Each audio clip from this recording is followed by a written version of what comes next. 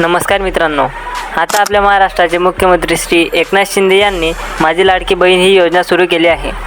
त्या योजनेसाठी कोण पात्र आहे आणि कोण अपात्र असणार, किती पैसे भेटतील आणि कोणकोणते कागदपत्रे लागतील ही संपूर्ण माहिती आपण या व्हिडिओमध्ये बघणार आहोत। तर चला आपण बघूया।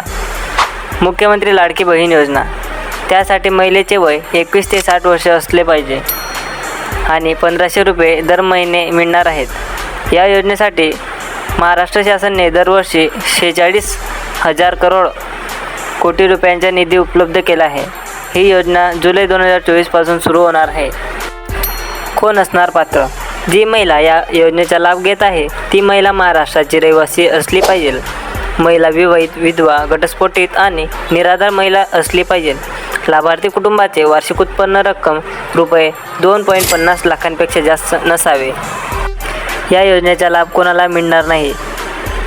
2,50,000 पेक्षा जास्त उत्पन्न असणारे, घरात कोणी टॅक्स भरत असेल तर, कुटुंबातील कोणी सरकारी नोकरी किंवा निवृत्ती वेतन घेत असेल तर, कुटुंबात 5 एकरपेक्षा जास्त जमीन असेल तर, कुटुंबातील सदस्यांकडे 4 चाकी वाहन असेल तर ट्रॅक्टर सोडून।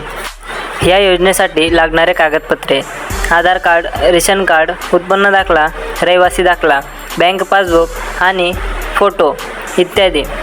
योजनेचे अर्ज मोबाईल ॲपवर किंवा सेतू सुविधा केंद्रावर ऑनलाईन भरले जाऊ शकतात। धन्यवाद आणि सबस्क्राईब करा।